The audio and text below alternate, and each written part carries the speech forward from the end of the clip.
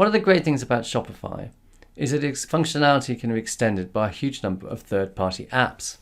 The apps can be accessed from Apps in the left-hand menu.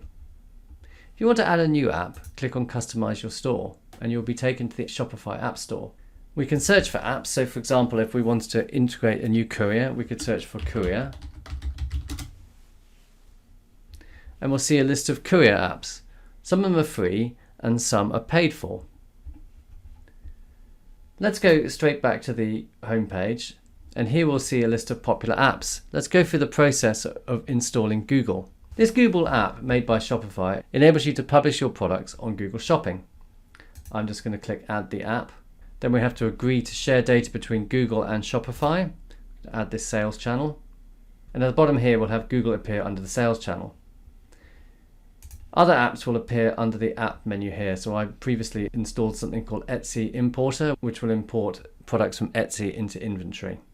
There are a huge range of apps on the Shopify App Store, and just about any provider of software or services to the e-commerce sector will have some sort of Shopify app. Thanks for watching this video. For more content, please subscribe to our channel or check out our Amazon playlist. You can also see more hints and tips at our website, which is vendlab.com/blog.